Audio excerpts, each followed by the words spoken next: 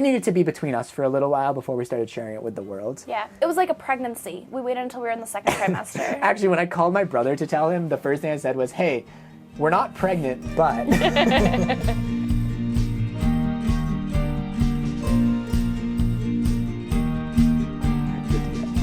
Hello, and welcome to episode 2 of Morley and Eden's Grand Adventure. I'm Eden. And I'm Morley. If you watched the last episode and you're watching this episode on YouTube, you might notice that things look completely different because it's actually been 2 full weeks since we did our last recording, and we have worked a lot on the van since then. So let's dive into what's changed. Yeah. So we were super lucky that your parents came up to visit us. We were actually hoping to have them on the podcast, but we just got really busy with the van build and doing other fun things. They were a great help, though, laying the subfloor.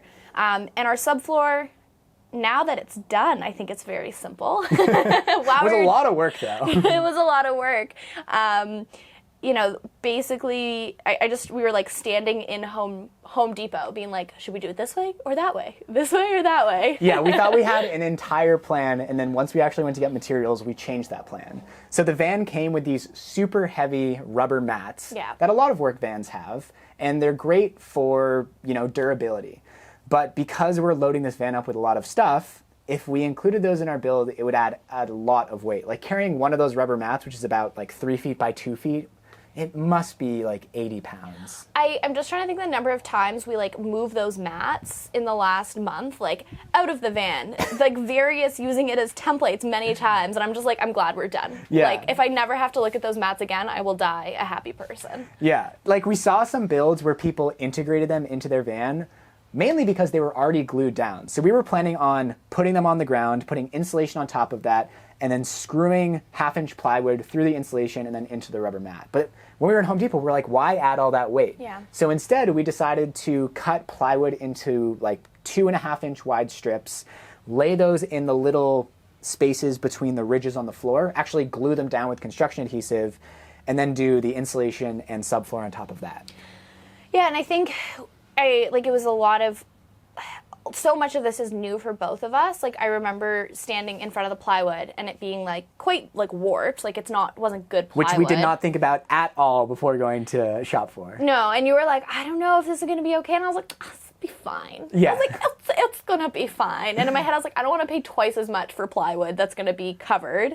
And in the end, it was fine. Yeah. We definitely got a little frustrated, I would say, when we were trying to actually screw the subfloor through the insulation to the furring strips, like to the support beams. And there was a lot of work even before we got to that point. Like, I don't even know if we mentioned that we painted everything with my parents. Like, a lot of the work we did when my parents were here were just like treating all of the subfloor material with a mold-resistant spray, because we read some horror stories about people discovering mold in their subfloor and then painting it with a primer. So this stuff is like doubly protected against mold. So we did all that, you know, we cut everything out. We used those big black mats as templates, which is one place they came in handy, but now we're really looking forward to getting rid of them. Mm-hmm. And so we were all ready to put in our subfloor. You know, we glued the slats with construction adhesive to the floor. I went to the hardware store, I got some decking screws, and then we put the first screw in, and it just spun out. It was not gripping into the subfloor at all. And I realized that because, I don't know if this is getting too much into the weeds, but because they're like self-drilling screws, we were just making a big hole at the end. Yeah. So right out, immediately, the first time we started to put everything together, it just didn't work. I think also like we're still like very hesitant about making any holes in the van for good reason. Well, especially in the floor. Like, we didn't want to just drill into the floor of the van and then have salt water splash up and rust out the floor. Absolutely, absolutely. I'm not saying we shouldn't be worried about this or shouldn't be like hesitant about it. But because of that, we used 1.5-inch screws, which like just get into those like beams, those like furring strips that are running along. What was the word you were using? Just slats. Slats. Yeah. And so there's just like not a lot of room for error. So long story short, went back to Home Depot. Got the right screws. They worked. There's a handful of times where like we're both have all of our body weight within like a 6-inch square, so we can like just try to and bend push it the down. plywood into place. But that all worked out in the end, and super happy with the subfloor. I keep being like, I have nothing to go off of, but I think we did a really good job. Yeah. Yeah, we sealed everything with tuck tape, got a nice solid subfloor down. And then the other thing we've been doing since last time we recorded is putting all this insulation on the walls and ceilings. So we are using XPS foam and holding it in place with spray foam. Like, the brand name is Great Stuff. So we have a lot of panels on the walls. We don't have all of them up yet because we're getting some windows. We're getting some windows delivered for the sides, and then a skylight for above our bed. So you can't quite see it on camera, although you can see it a bit towards the back. We have some strips of 1/2-inch insulation on the ceiling, but the areas that are empty is because those are where we still need to cut some holes in our van. Yeah, and I think this project is definitely a lot of like, do something like 80 or 90% of the way, and then like we have to wait. So like with the insulation, like we did most of it, and then we're like, oh, we still have to run our wires, or we still have to put in our windows, and we're just like, for the windows and for our skylight, we're waiting on them. We actually sent them to a friend in the States who's going to bring them up for us because shipping to Canada was a stupid amount of money. So thank you, Maddie. We appreciate you very, very much. But that's not going to be for a few weeks till we see him. So we just, 2 weeks. Is that it? Bachelor party in 2 weeks, and he'll deliver the windows to me in Montreal. Perfect. I love those windows will have traveled so far before they're even in this van. So waiting on some of the insulation. And honestly, the installation's been kind of fun. It's like very satisfying. It's not very hard. You just make a template. The spray foam is like forbidden food. When you it looks so delicious when you spray it. It just looks like like buttery whipped cream because it has a bit of a yellow tinge to it. Is that a thing, like spray butter? Yeah, I spray margarine in a bottle. Do you have? I can't believe it's not butter in Canada. I think so. Yeah. I So know my grandparents had that. But I'm thinking like diet era. spray whipped cream. I know. Every time we comes out, you're like, I'm like, no. Intrusive thought, be gone. So that's probably been like the easiest part, but we've just been very careful about not covering the places where we want to run wires. Yeah. And finally our conduit, well, not finally because it's been here for a few days, but our conduit and our wiring arrived, and we spent most of today mapping out all of our wire runs and actually running that wire. And we were really close. We're off by about 20 feet, so there's just one wire run that we still have to do, and hopefully we'll do that, by the end of week's end. Actually, we might need to use your superpower for finding that 20-foot length of wire. So I did a lot of research into wiring, and we ended up getting like this really good marine grade wire. It's made for boating, and all of the wiring is stranded instead of solid core Romex wire like you would find in a house. And the reason for that is the van is going to vibrate, and if it bends back and forth a lot like a paper clip, it will weaken and snap. It's called work hardening. So by getting stranded wire, you prolong the life of the wire. It's a lot stronger, and we calculated out exactly how much we needed. We bought about 100 feet for our AC circuits and 100 feet for our DC. And like Eden said, we were off by about 20 feet for the DC, but I saw on Amazon that this only comes in 100-foot or longer lengths. But Eden's superpower during this entire process has been like finding the cheapest, best sources for everything. Yeah. So I know that like in 5 minutes, you'll be able to find a great source for it. No pressure. I'll report back next week. Yeah, no problem. I guess like an example of that was with the conduit. Like you could only find something on Amazon that was like $20 per 20 feet. And I was like, that's stupid. And then I found one for like $50 for 100 feet. And the rest is history. And we have I think we're actually going to have extra because we've been we've been very efficient with our wire runs. We've been able to, I think in one of them we have like 3 DC wires and an AC wire. We got some nice 1-inch thick conduit, so a lot of stuff fits into it. This might be ridiculous, but if we can't find the DC wire at a good price, could we just extend the wire run we have here and just have it, you know what, this can be figured out terrible audio camera. content. As you were saying that, I was just like, Eden, stop. Not good for a podcast. I'm sorry, I'm still learning. I'm still leaving, sorry. We did take about 15 takes for the start of this, and I would say half of them were Eden and half of them were me. Just not quite saying exactly what we wanted. But we got there, We got there, slowly but surely. So that's what we've done in the last 2 weeks on the van. I also realized that today's the 2nd, which means we haven't even had the van for a month yet. Yeah, well, because we watched the first episode together yesterday to remember everything we had said, and I think on that episode we had said we had it for 9 days, right, and then plus 14 days, so we've had it for 23 days. 23 days, yeah. It's coming along super duper well. I don't think there's any other major updates to share with the listeners. No, I just feel like the wire runs, even though we didn't finish, so I know it's not satisfying in that way, I feel like it was very empowering today because I think we've both felt very intimidated by all the electrical stuff, and we did a lot of research and we put a lot of thought into all of the routes we were going, like, because we had to decide where our switches are going, where our lights are going, our charging station, our outlets, and it took a lot of time just like being in here and thinking, okay, like what makes sense, what is going to be comfortable, and some on the fly changes, but it really feels like this makes sense and I understand it. And I think except for my our little miscommunication with the water pump circuit.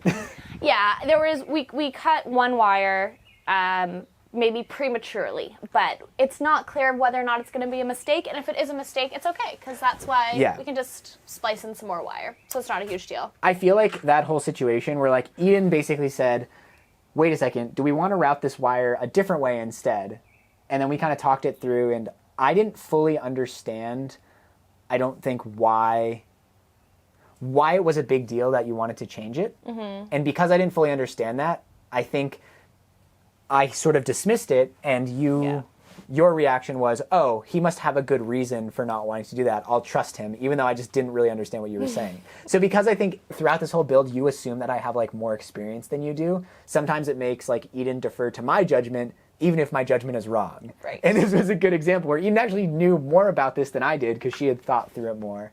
And it led to us maybe wasting a bit of wire. But yeah, I think it was a good example of not communicating clearly, and then both of us just assuming the other person knew something that we didn't know, and just kind of it's I don't know, there's a certain amount of trust you have to have, but then also in things like this being wait, I actually don't understand what you're trying to say, can we go over this again?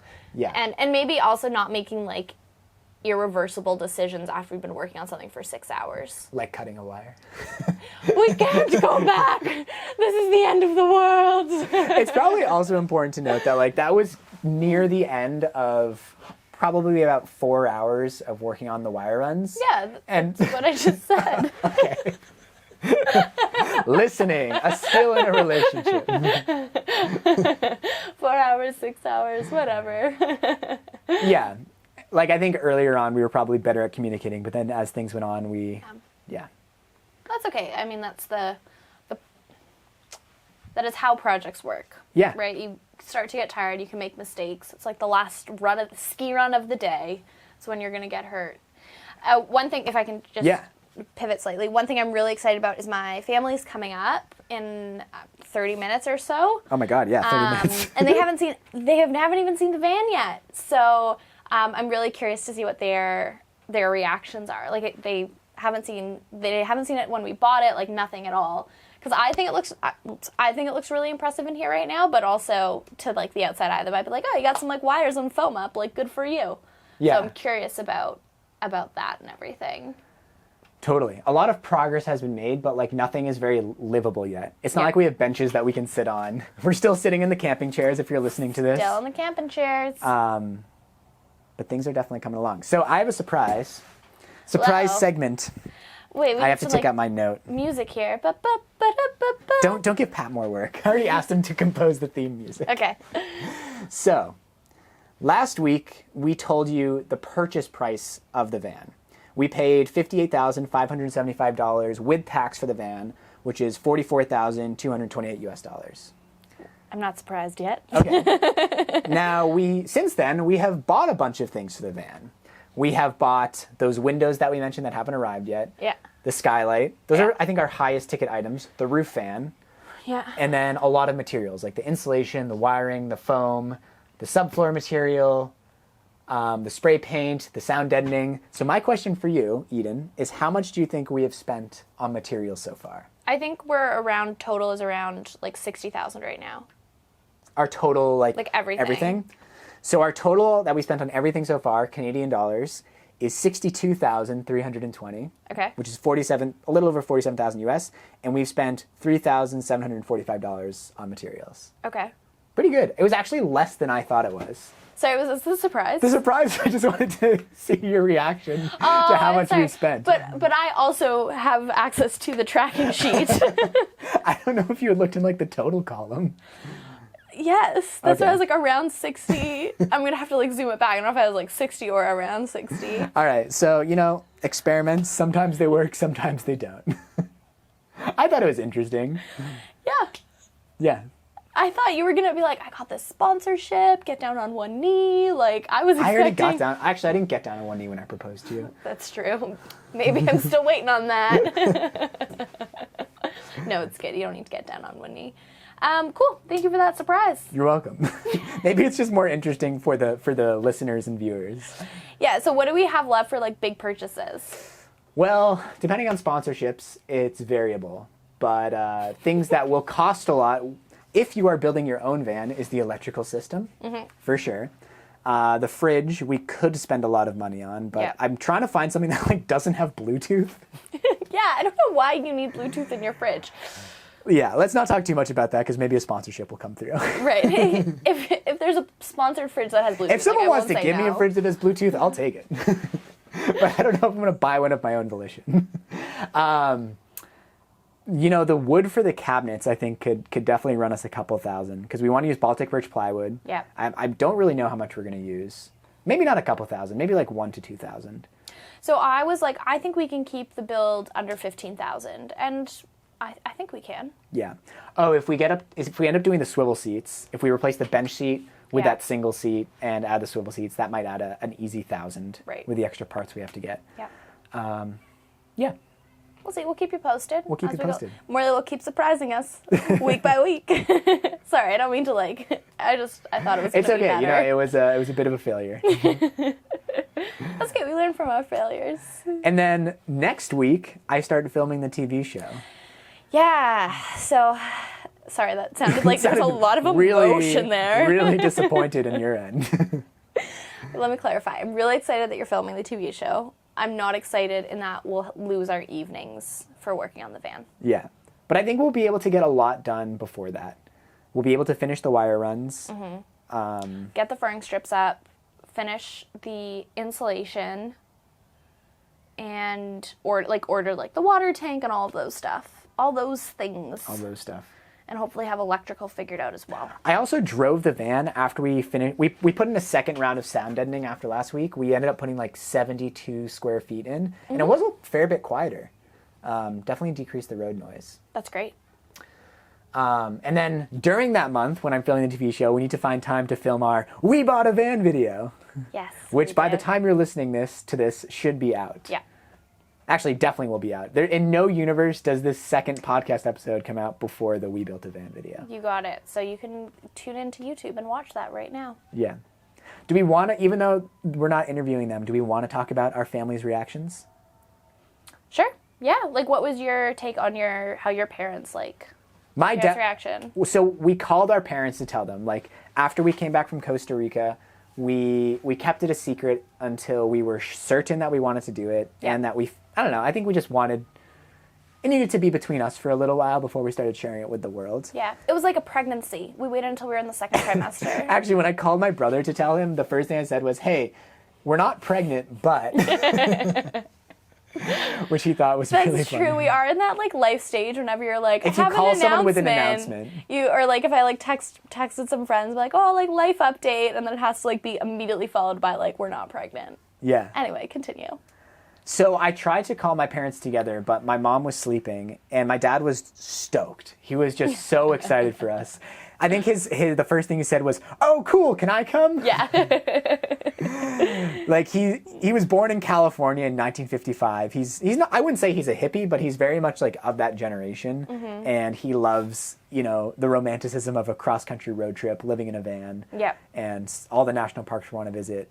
When they were visiting last weekend, we were planning on places where they might come visit. Yeah. And they were giving us suggestions of places in California. They had great tips. And your mom's reaction was great as well. She was just wanting to make sure we were going to have a toilet, which Yes. originally we weren't, but after some more thought and discussion with your mother. We definitely are. And she's been really helpful as well. Like, she's an interior designer, so like with the layout and not just like the colors and stuff like that, but actually like the build itself. Yeah. So yeah, she was super duper helpful last weekend in figuring out like measurements and making some like really great suggestions in terms of like materials. And so it's nice to have like an expert in the family. Yes. I'm trying to remember what my parents' reaction was. I think also like super, super excited. My mom had like a million questions and was like thinking about where she could like meet up with us, where her and my dad could meet up with us, which was great. Like my parents love to travel. And my dad was just like, do you have enough money? Like not in like a like I'm worried about you, but like can I help way? So which was super sweet. So very like I think each parent had the reaction I was expecting. Very, very supportive. Really, really lucky that way. Yeah. We are very lucky in that we both have supportive parents. Yes. Yeah. Absolutely. And our siblings are really excited for us. I don't think anyone's had like a negative reaction. No. I think the funniest thing though is Dave Bauer, who I was on his podcast a couple weeks ago, and I told him about the van in the after show because we weren't ready to announce it publicly yet.